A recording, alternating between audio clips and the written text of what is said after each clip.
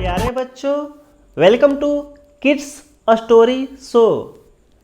आज की जो हमारी स्टोरी है उसका शीर्षक है एकता की ताकत। तो आइए हम लोग स्टोरी शुरू करते हैं। एक आदमी के पास एक गधा था। गधा अपने मालिक का भारी बोझ ढोते ढोते बूढ़ा हो गया। वह भारी सामान नहीं ढो सकता था, इसलिए मालिक के लिए वह बोझ बन गया था। गधा भी अपने मालिक से परेशान हो गया। एक दिन गधा अपने मालिक को छोड़कर घर से निकल गया और शहर की ओर जाने वाली सड़क पर चल पड़ा। उसने सोचा कि शहर जाकर संगीतज्ञ बन जाऊंगा।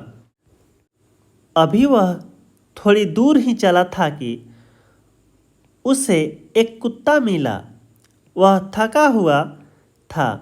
गधे ने पूछा, तुम यहाँ क्यों पड़े हो? कुत्ते ने जवाब दिया, मैं जैसे जैसे बूढ़ा हो रहा हूँ, कमज़ोर होता जा रहा हूँ। मेरे मालिक को अब मेरी कोई ज़रूरत नहीं है। वह मुझे मार डालना चाहता है, इसलिए मैंने उसका घर छोड़ दिया है।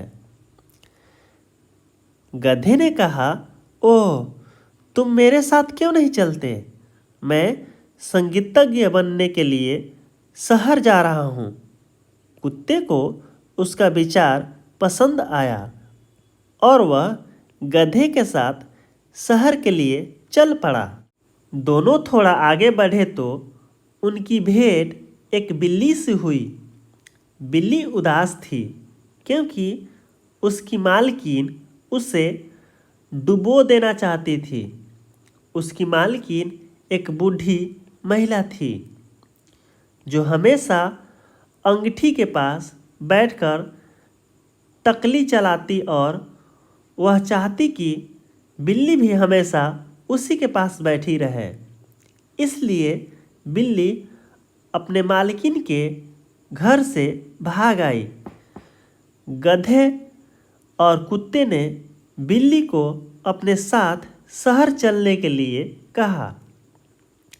बिल्ली तैयार हो गई और उनके साथ चल पड़ी। जब वे आगे बढ़े तो उन्हें एक घर में मुर्गा मिला जो दरवाजे पर बैठा था। वह अपनी पूरी ताकत के साथ बाग दे रहा था। गधे ने मुर्गे से पूछा, तुम क्यों उदास हो?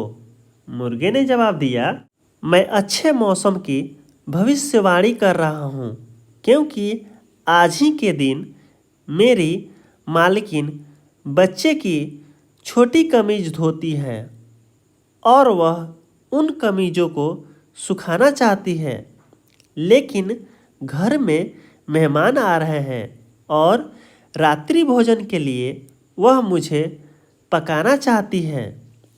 गधे, कुत्ते और बिल्ली ने कहा, तुम हमारे साथ चलो, हम संगीतज्ञ बनने के लिए शहर जा रहे हैं। मुर्गा उनकी बात सुनकर राजी हो गया। अब वे चारों आगे चल पड़े।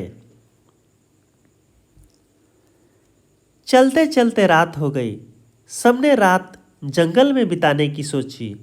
कुत्ता और गधा एक बड़े पेड़ के नीचे लेट गए।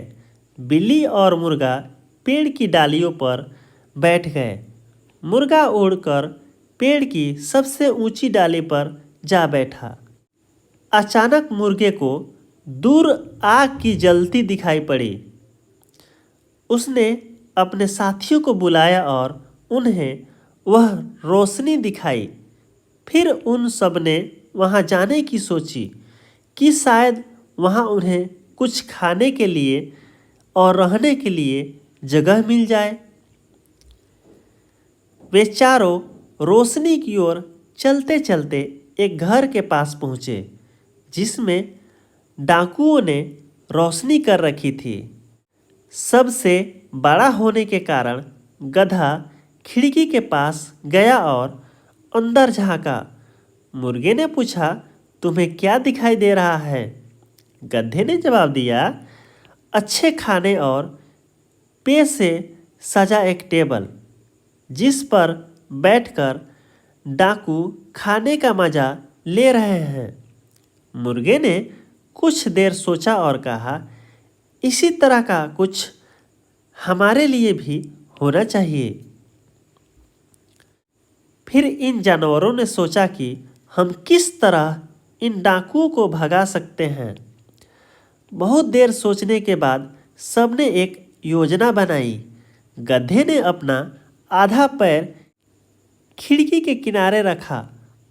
कुत्ते गधे की पीठ पर कूद गया।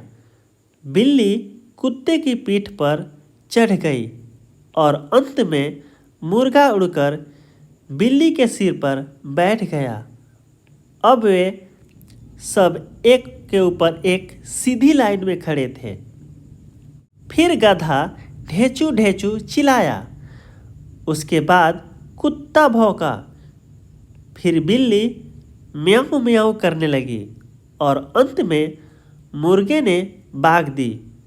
डाकुओं ने जब इनकी आवाज़ें सुनी तो वे डर गए और सोचा कि यहाँ भूत आ गए हैं। उन्होंने खिड़की से बाहर देखा, लेकिन बाहर अंधेरा था, इसलिए उन्हें कुछ दिखाई नहीं दिया। फिर सभी ने जोर जोर से गाना गाया।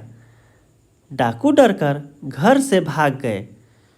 चूंकि घर खाली था, सभी जानवरों ने टेबल पर बैठकर खाना खाया। उसके बाद वहीं आराम करने का फैसला किया। इस तरह उन्हें अपने लिए अच्छी आरामदेह जगह मिल गई। वे आराम करने के लिए वहीं लेट गए। जब आधी रात गुजर गई तो डाकू उस घर में वापस आए। जैसे ही वे रसोई में गए, उन्हें बिल्ली की लाल आंखें दिखाई पड़ी। वे पिछले दरवाजे की तरफ भाग गए। वहाँ कुत्ता सो रहा था। वह उछल पड़ा और उसने डाकू के पैर में काट लिया। फिर वे आंगन में भागे, जहाँ गधे ने उन्हें एक दुलत्ती मारी। अंत में मुर्गा ऊपर से चिल्लाया, कुकड़ुकू। डाकुओं ने सोचा कि भूत अभी भी इसी घर में है, इसलिए अपनी जान बचाने के लिए वे वहाँ से भाग निकले। जैसे ही डाकू घर से बाहर निकले, जानवर घर के अंदर घुस गए। वे टेबल पर बैठ गए। उन्होंने बचे हुए खाने को मज़े से खाया, क्योंकि उन्हें दोबारा भूख लगी थी। इसके बाद डाकू कभी घर में नहीं लौटे। वे 4 साथी जो शहर में संगीतज्ञ बनने निकले थे, इसी घर में मिलजुल कर खुशी के साथ रहने लगे।